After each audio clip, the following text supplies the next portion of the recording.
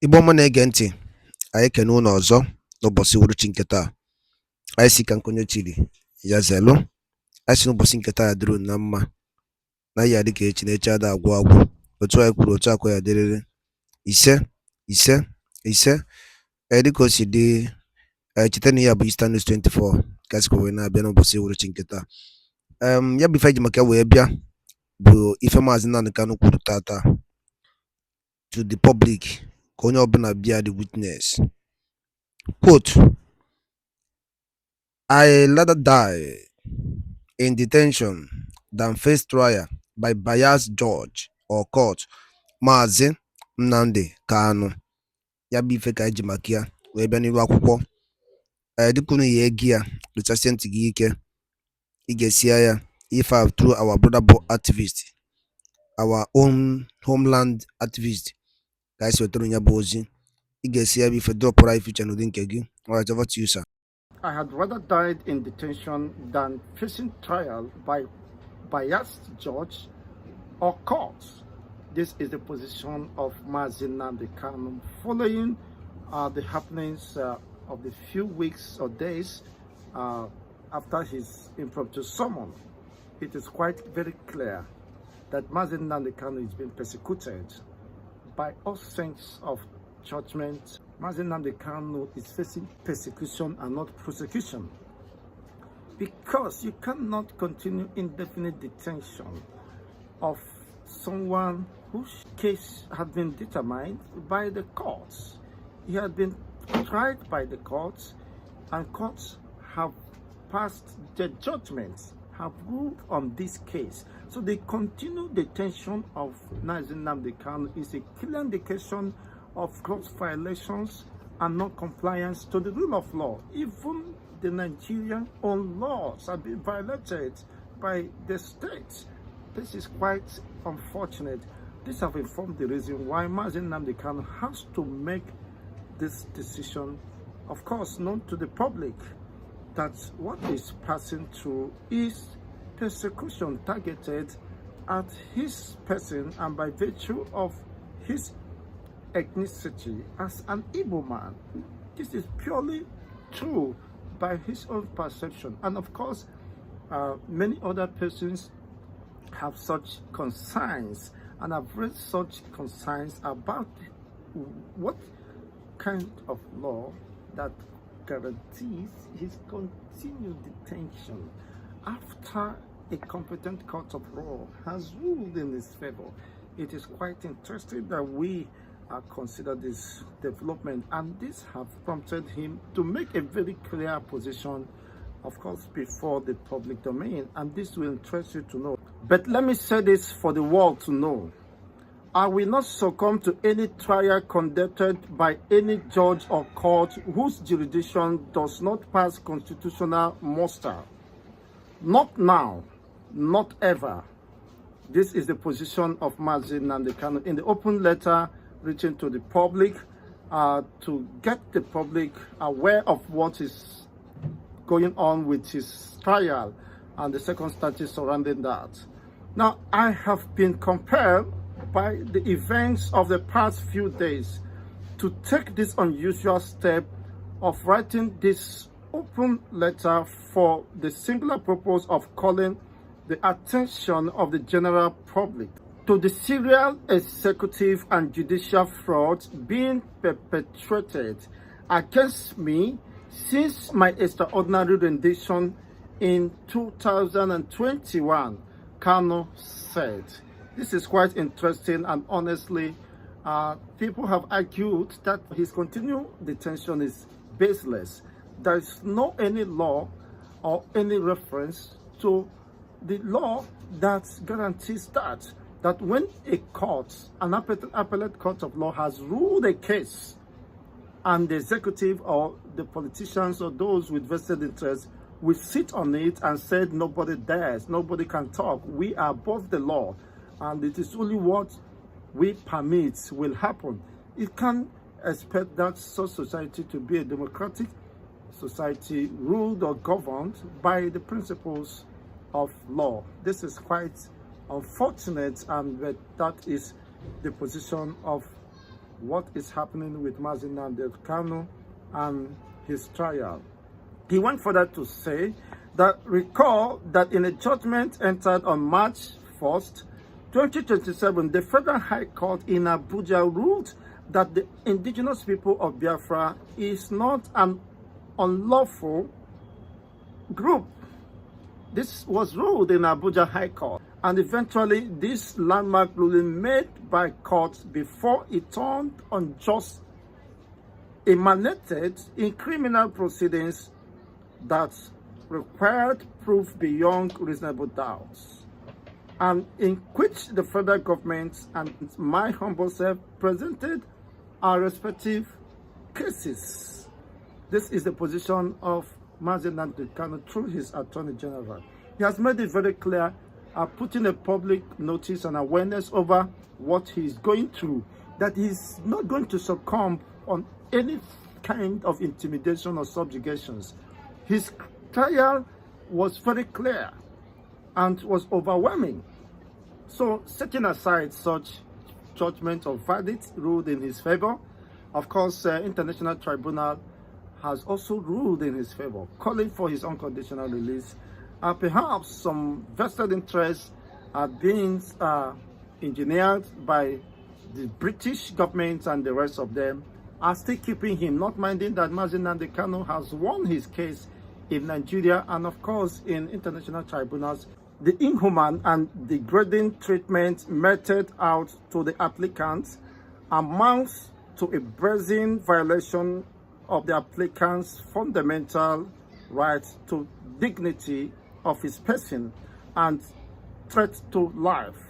Under Section 34, Subsection 1A of the 1999 Constitution of the Federal Republic of Nigeria as amended, Kanu said, in a responsible and well-ordered society run by a responsible government, this judgment is sufficient to have ended the lengthy detention and encourage the federal government to constructively engage me on the issue of self-determination, agitation that triggered this whole saga.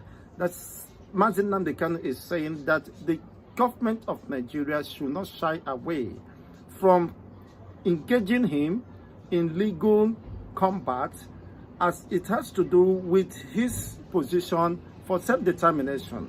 So all these distractions or whatever they are trying to hook up does not count. Now let them engage him constructively in the issue of self-determination, whether it is not within the ambit of the law, in pursuant of his protected right to self-determination. As he made it very clear that it is my right to agitate for Biafra. And if he is passing this persecution because of his fundamental right protected under international laws, now what becomes of Nigeria when it comes to the compliance to the rule of law? Nigeria is a signatory to the United Nations, and the very reason why even the Mr. Trump administration have indicted the United Nations of being biased and insensitive or irresponsible to our life, to their own duties and obligations to the member states. Rather than dispensing justice, they are selective in their undertakings. In previous months or years, the United Nations group responsible for the defense of fundamental human rights have written to Nigerian government, giving them ultimatum that after the expiration of 180 days, they should unconditionally release Nnamdi Kanu before the 180 days expiration. But after that, thereafter, they have not done anything, as toothless bulldogs, or dogs as they have been described. It is quite unfortunate.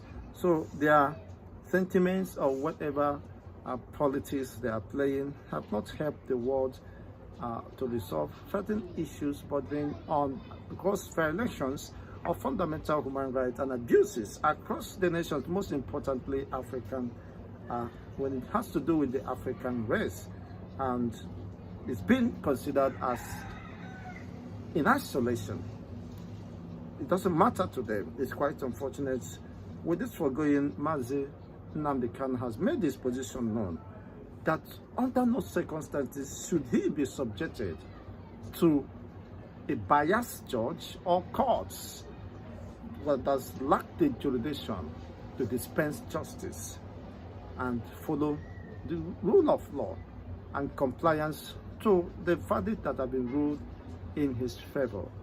Well, let's have your own take regarding this development. It is quite touching and very serious case. Of course, he will not die in detention because he has the right to live, and his fundamental right must at all costs be protected and respected by the Nigerian government, regardless of whatever interests they are trying to protect. Nigeria today is agog. Nigeria is restive. Nigeria is boiling. Nnamdi Kanu was not responsible for the influx, of course, of ISWAP, Boko Haram in the southwest and the rest of them. You are seeing the reality. He revealed all these developments, but people, because of their hatred, do not pay attention. But today, these realities are unfolding before us. He said that they are planning to overrun the entire Nigerian state. Today, Nnamdi Kanu has been vindicated, a very strong reason to discontinue his continued detention. He said it. What he said is happening around us. In fact, not just in the north, it has gotten down to the south, that the state governors from the southwest are now mobilizing, of course, fire brigade approach on how to protect the region and forge a common front to fight these terrorists. They are already in Yoruba land region. So if they have taken cautions, if they have taken heed to what Nnamdi Kanu has been hammering on, that wouldn't have gotten to this point that they are now running, of course, when it is almost too late, because they have occupied several bushes and they have established their camps, only waiting to expand and unleash mayhem. It is quite unfortunate, but that is the reality staring at us. So with all these foregoings and many other evidence abounding, you cannot understand that Nnamdi Kanu was just speaking nothing but the truth, not just in the interest of Biafrans, but in the collective interest of all ethnic nationalities within Nigeria today. They are living, of course, in that reality.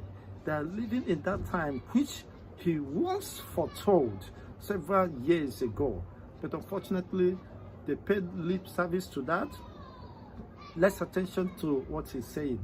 Today Nigeria is grappling with such insecurity to the point that even Abuja is being threatened today, that you couldn't have ever imagined that the Boko Haram, those proponents of Islamic Caliphate or jihadists, are now deploying military-grade drones to fight the Nigerian government. Most of the attacks, recent attacks, military-grade drones are being used.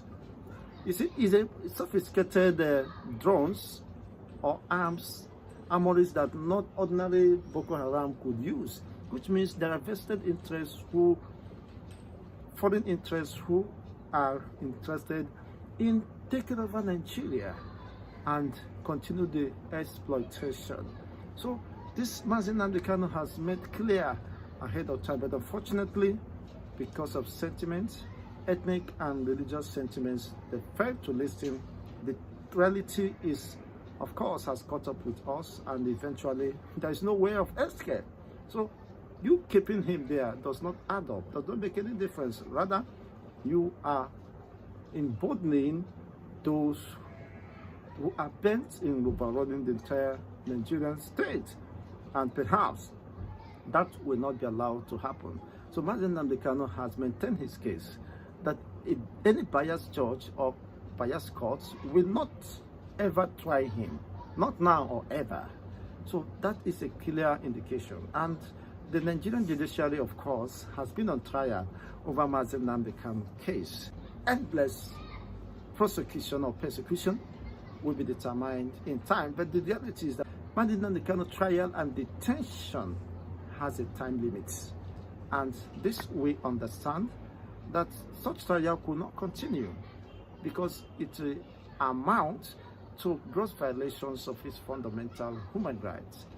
and the right to life. Whatever be the case, justice must certainly prevail. If not now, later in the course of time. But then, don't forget that whatever goes around comes around. Justice must be dispensed regardless of anyone's personal opinion or interest. Well, the Committee of Nations are watching as they have released this open letter. People are watching, following the events, and Nigerian government and the judicial or criminal justice ndị be anyị kwadalụ olu nne has nụ been on trial. mụ na anụgo n'ife As ọhamadike ndị Igbo Nnamdi kwu case is afụbe m onye certified. dịka onye a n'ala Igbo ka m gwa gị eziokwu. Fact, today ka love nwere ebe Nnamdi Kanu ji wee gbago. I have more love. One, for the love of his people and to speak out for injustice. A na-eme ndị Igbo. I love you so much, sir. Alright, darudi ndị dịka unu si na-esore anyị mmara pụnụ kwunu wuru ya atụ ihe a nwanne nwoke kwuru n'iru akwụkwọ ife Maazị Nnamdi Kanu kwuru ya ote na-ekwu mana mago na ụmụnne anyị homeland based activist ji ewetala anyị ya ịghọtago. So anyị arapụnụ kwunu kwuo okwu n'ụdị nke unu gbasara maka ihe ndị a niile unu darudi ndị nke emesịa na ụmụ Igbo.